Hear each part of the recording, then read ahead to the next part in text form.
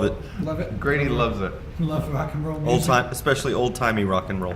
Really? Yeah. Yeah, you have been kind of moving more and more. Have you always loved that old-timey rock and music, or are you just now getting wised up? I think so. Like I did like a book report on a Buddy Holly biography when I was in 7th grade or something. And like the Creedence Clearwater Revival, even though they're later in the in the 60s, they have that sound, right? That Yeah. old-timey rock and roll sound. Yeah. Well, that's interesting because it's how do you put it? How do you put that kind of music? It has some kind of, I don't want to say rootsy, but it has that old-timey kind of about it, or that it draws on the past somehow. And y'all are kind of in that vein. We want to be. Yeah, I would see you as direct descendants, sort of as Creedence.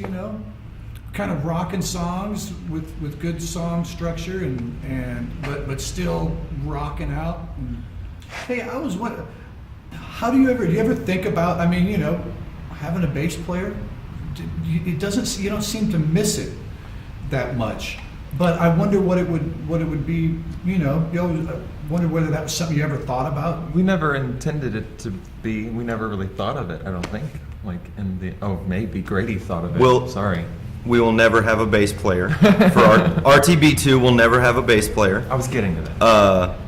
But we have played with them. Mm-hmm. We went on a tour with Tony Ferraro, with Eaton Lake Tonics, and now have Tony Ferraro and the Satans of Soft Rock, and him playing bass, and we were backing him up, and then we just it was like, well, what's Tony gonna do while we play?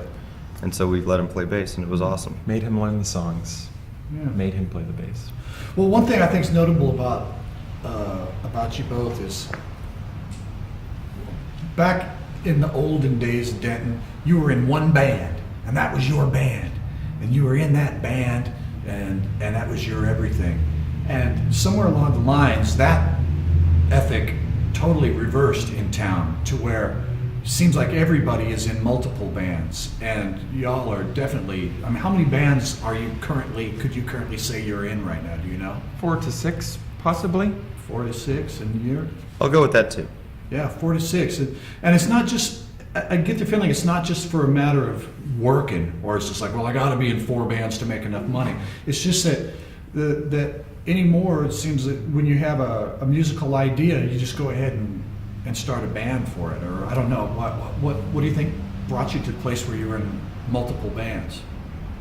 I don't know. Getting to know people, like my friend George Neal, and this was somebody I looked up to. Getting into local music, like George Neal was one of them. He gives 110% on stage, and somebody to kind of look up to as a songwriter, as a performer, and getting to know him, and then him having ideas for bands, and just like, I'll be a part of that. I know I have something else going on, but I don't know, just making music with friends. And for me, being a drummer, it's probably half of what Ryan's saying. I think he's like I noticed this about him, like we're in bands together because it's like, well, our friend has these songs, they could probably use some help. Can we, we could probably help them make a record or help them play some shows. It's easy. We like their songs. We already know them. That kind of thing. So it sort of falls into place. But also for me, as being a drummer, it is a bit of a work thing. Mm-hmm. It's like I don't know what to do with myself on a Friday night if I'm not playing. So being a drummer, you're not a real musician, so it's easier for you to play in multiple bands. It is. Just fake my way through whatever's happening. Whatever. Yeah. Boom boom chick. That's exactly what I do. I throw that boom boom chick into as much stuff as I can. Well, what's coming up next for you guys? We have a new record that will be out closer to summer. Is that safe to say? I think so.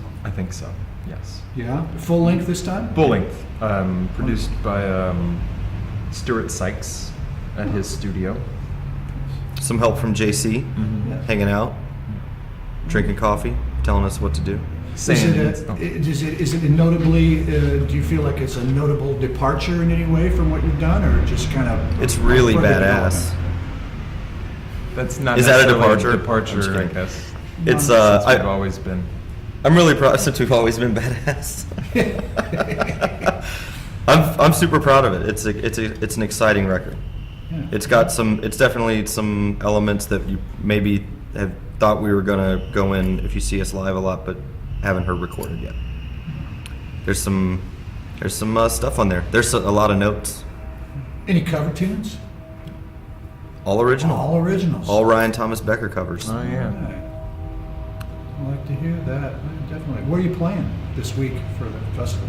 We're playing Saturday. Where? At Dan's Silverleaf this Saturday with Air Review, Seth Sherman from Austin, Fox and the Bird from Dallas, and Neeks From here. Mars. From Mars. Mars. Yeah, totally. Yeah. Totally.